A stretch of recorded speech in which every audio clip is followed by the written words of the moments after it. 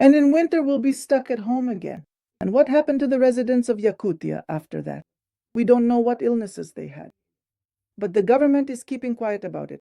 As for what illnesses the people of Europe will start getting now, the governments, well, all the European governments are still silent. But that's going to happen soon. It's really going to happen soon. Azerbaijan has officially reported that new Russian citizens have been recently detained within its borders. According to reports from local law enforcement, 2 organized criminal groups have been dismantled in Baku, allegedly including Russian citizens. They are suspected of trafficking drugs from Iran, selling illegal substances online, and committing cyber fraud. This is how a kind of war has started in Azerbaijan. Well, not a real war yet, more like a skirmish. But clearly, Russia has indeed launched quite a strong and significant offensive against Azerbaijan. Now, it's entirely possible that if these detained individuals are suddenly sent in an exchange, because Russia is also actively detaining Azerbaijani citizens on its own territory, the crucial question then becomes, where exactly will they ultimately be sent? To Russia. And Russia will gladly accept them. Why? Because they will go fight on Russia's side. They won't even be allowed to go home. They won't be allowed to go anywhere. They'll be taken straight from the exchange point to the meat grinder assaults. That's the current situation for these young guys. Maybe they're not part of any groups at all. Maybe they just ran away from the war. It was safer to escape to Azerbaijan, safer than to Georgia, safer than to Armenia, to Azerbaijan. But who could have known that the time would come when Russia would turn sharply against Azerbaijan? Because Azerbaijan didn't want to put its leader in any kind of danger. And the leader didn't go to the Victory Day celebration on May 9th in the Kremlin. And so everything else followed. I've already mentioned that Aliyev, as a leader, basically grew up in Russian circles. He grew up in the Soviet Union. He graduated from MGIMO. He studied at a Soviet university.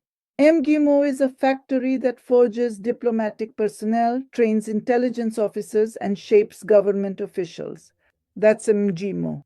So Aliyev knows very well how things truly work and how international laws and the crucial relationships between country leaders are carefully forged. That's precisely why he did not go.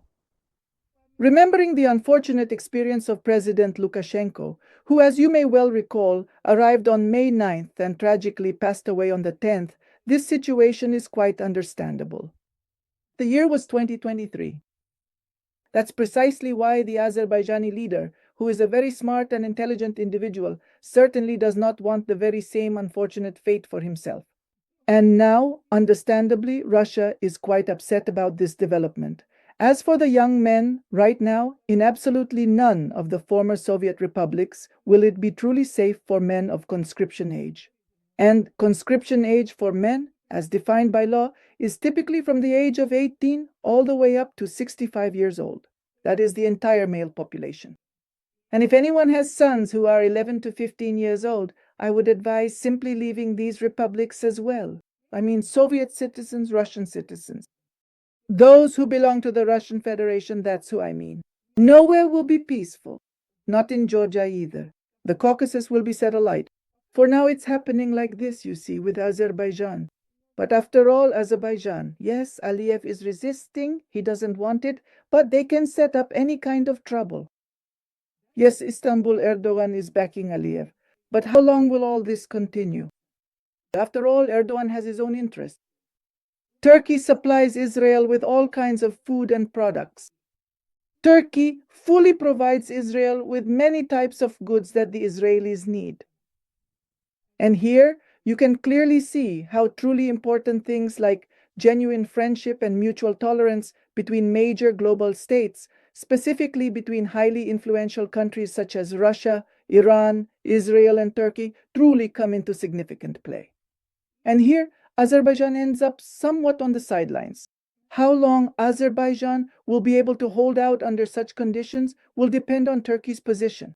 However, if the Russian Federation continues its aggressive and offensive military moves against the sovereign nation of Azerbaijan, then the Republic of Turkey, in turn, so to speak, significantly weakens its crucial defensive stance and protective posture toward Azerbaijan.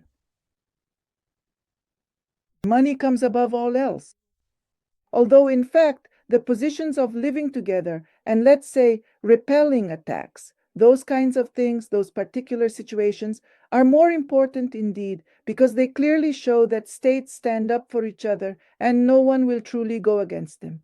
But if they give in for money, we don't yet know what the ultimate outcome will be. You see, my dear friends, I have deliberately put a picture behind me to vividly show you how clowns, these distracting figures, effectively divert our attention, the attention of the common people, from much bigger and more significant problems that truly matter. That is, right now, all of humanity is facing major problems. But that's what clowns are for. They create all sorts of scandals on stage, one against another. Just the other day, literally yesterday, I think, I read that Pugacheva spoke out against someone, some actress, I already forgot who. What? Vika Tsiganova. That she's not a singer, she's just an amateur. Well, yes, Vika Tsiganova. Of course, Pugacheva is right about that. But today, Vika Tsiganova is a symbol of Russia. She sings patriotic songs, but Pugacheva trashed her. And this scandal that's breaking out, it's not interesting to us, right? We're not involved in the cultural legacy of the Soviet Union and Soviet pop music. It's not interesting, to be honest. It's talentless. But the people love it. The people don't know anything else. People grew up with this. That's why, for the people, it's interesting. And when Pugacheva and Vika Tsiganova started their public dispute over who was truly cooler, the general public found it quite interesting and engaging. Lema, or who else, pause, who else? All these talented and charismatic actors are like that, yes. And then there's the incredibly flamboyant and entertaining Kirkorov, who's very comical and looks exceptionally good, having seemingly gotten much younger and more vibrant. But is it really worth going to see Kirkorov, friends, when you realize that he's not really a good person, even in terms of character, as far as I understand? But people love him. People go, even though they write that we don't care about him, we don't recognize him. Well, they go. If Kirkorov comes to any city accessible to my listeners, many will rush to see him. And can we really judge them for that? This is pop music, the culture of today's Russia. Cheap pop music. You can't call it anything else. It's not culture, it's pop music. I mean, it's a tavern. It's kitsch, it's a tavern. There's nothing else. That's why behind me, I've put clowns who are performing at a time when war is raging, hostile winds are blowing, diseases are spreading, and the more this happens, the more they make the clowns dance. They get paid big money for their dances, their jokes, their scandals. They are supposed to distract people from serious problems, from the war, from what's really happening, from who is bombing factories and plants in Russia. So who is bombing factories and plants in Russia? Well, who? Well, probably the Ukrainians. Who else could be bombing them, right? Or is it their own forces? It's the same in Israel. Oh, let me tell you now. Now let's thoroughly discuss the various insects that are currently spreading across the vast continent of Europe today.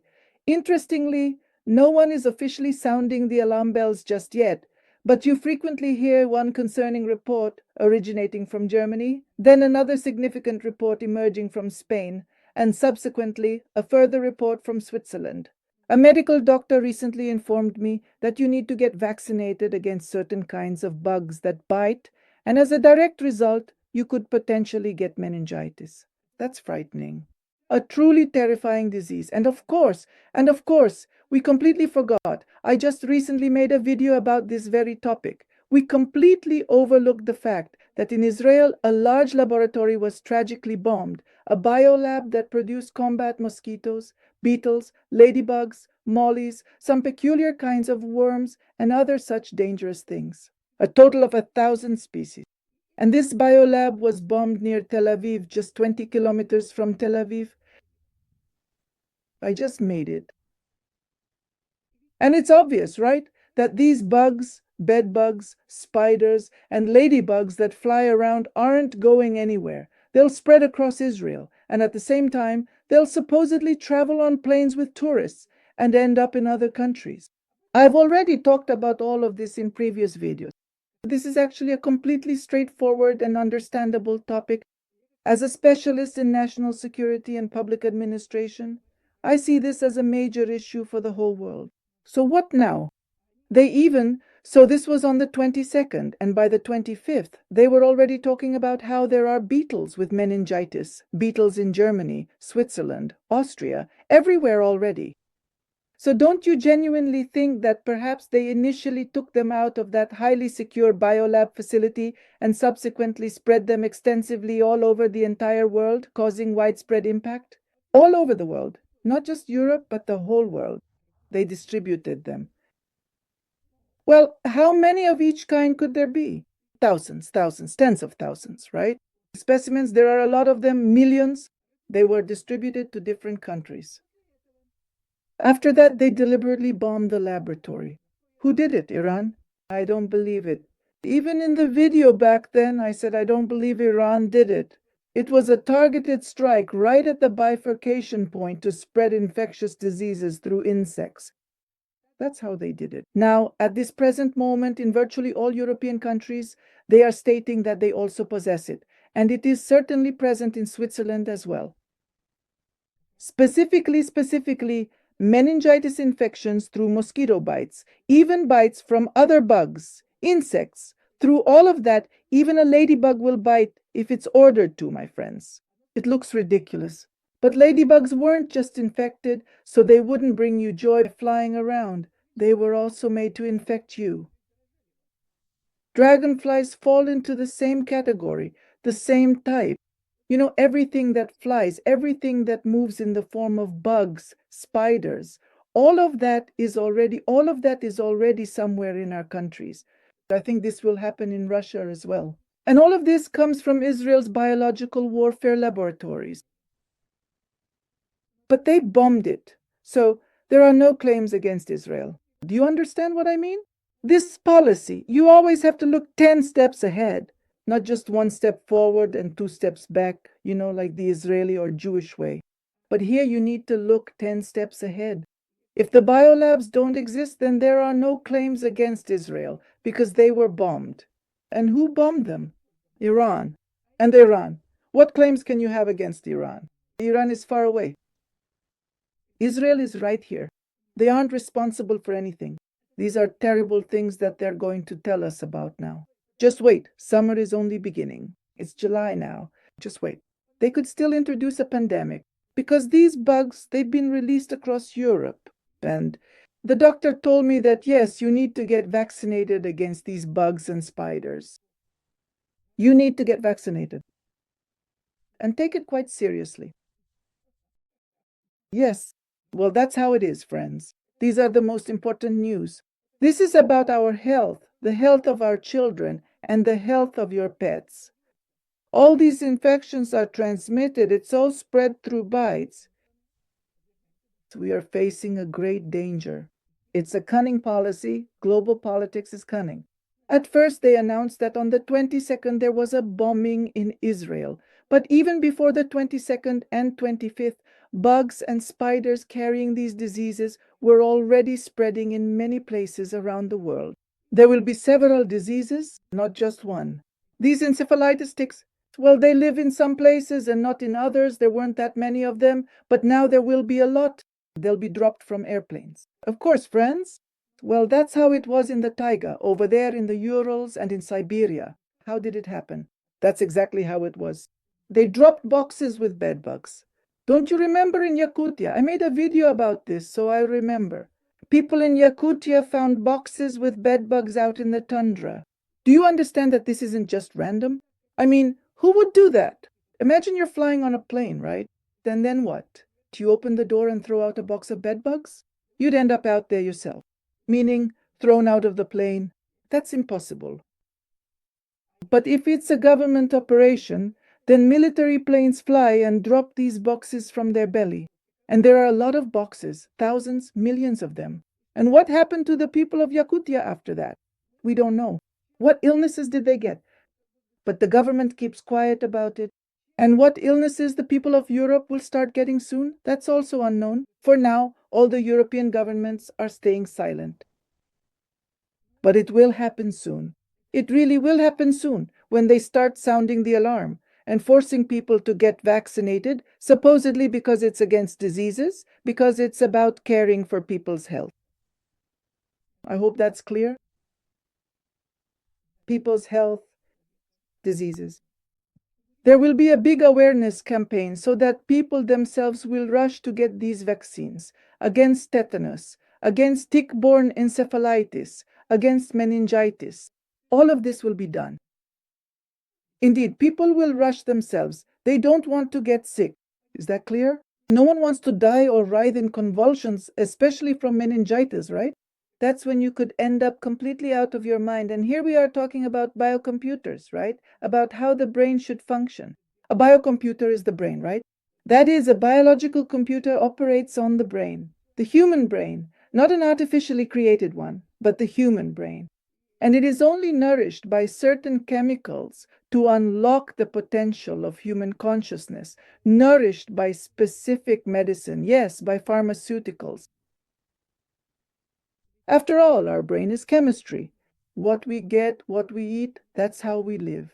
By the way, friends, I want to tell you once again, just so it's clear, don't eat meat. It's problematic, very problematic. People who eat meat, it develops into aggression, into psychological attacks, inside directed at themselves. And then, friends, mental problems begin, which can no longer be cured by anything. There's even a movie like that made in Russia. It's called, I think, 1975. There might be some word before it, I'm not sure. But 1975 is the movie. It was made specifically about meat, about people eating meat, and what happens to them afterwards. So it's like a whole herd of some kind of bulls, cockroaches, well, some kind of monsters that act on them. That is, they connect to a person's consciousness and start devouring them. They cause all these diseases, all these incidents on the roads, airplane crashes. It may seem to you that it has nothing to do with it, but when an entity is sitting on you, feeding off you, then it's hard to believe, right? Well, it's hard to believe because, well, they didn't teach this. It's not in school. These dogmas that this can't be real are always circulating. But what if it's not such a dogma that it can't exist, but rather it actually can, and it lives with us? We just don't know about it, and science hides it from us. And a person starts eating meat, even though they never did before, and suddenly, again. Or do you want to say that you've been eating meat for centuries? No, my friends, you haven't. The more meat you eat, the worse your thinking becomes, and the more you get an itch in one spot to lift your leg. That's if you eat meat. I'm not trying to persuade anyone to do anything. I'm just sharing my own position. I'm saying that this is possible. Check out my Boosty, visit my other channels, talk, ask questions. Of course I do answer, and I can shed light on some questions for you, friends. That's why you should support the channel, because there are a lot of questions, and I'm just one person. And support the channel if you want to get answers from me. I won't answer without donations. I'm not interested otherwise, friends. I say what I know, that's what I share. I already say a lot, and I think there's a lot you can learn from it. Half of the YouTubers pick up my topics and keep rehashing them, then present them to you as if they're their own. So in a way, I'm feeding a lot of YouTubers on their channels. But of course, they won't admit it. That's why you should donate and support if you want to know something. For example, someone is interested in Odessa, but I'm not interested in Odessa. I told everything I could about Odessa. Necessary? Donate? Make a good donation, a good donation.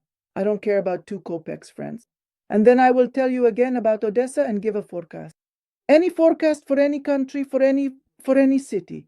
But a good donation is needed, and without that, well, I wonder, tell me, is it work in vain? I enjoy telling stories. I share what I like, what I want to. So you can also benefit from this for yourselves. The topic of the cockroaches is a big one. which will probably come out somewhere at the end of summer, in the fall. Well, perhaps in October they will put all of us into complete isolation. They'll say that it's already spread too much. And then, of course, they'll announce vaccinations. And in winter, we'll be stuck at home again. It's hard to keep people under control in the summer. You see, control is such a thing that even in summer, people will try to escape. There was an experiment like that in Crimea. That was in 1922, I think. Zemlyachka did it, Bela Kun, and Zemlyachka. Zemlyachka is the well-known grandmother of the political activist Sergei Udaltsov.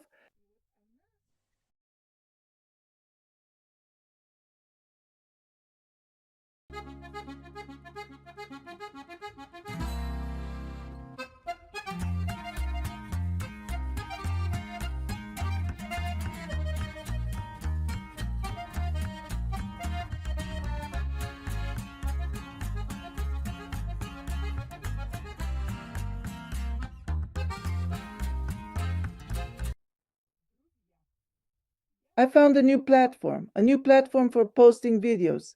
In Russia and possibly in other countries, YouTube is currently unavailable. YouTube channels and YouTube programs are inaccessible. This innovative and groundbreaking new platform is officially called NewsRocks, and it is specifically designed to allow you to freely upload your videos without any form of censorship or content restriction whatsoever. Of course, nothing illegal should be there, I assume, but basically it's uncensored. I've started learning how to use this platform. Right now, I'm promoting myself on this platform. Come join if you also want to upload videos and have people watch them somewhere other than YouTube. Come on in, create your own channels. Very soon, I'll share a link to my profile on this platform. That is, my site will be there.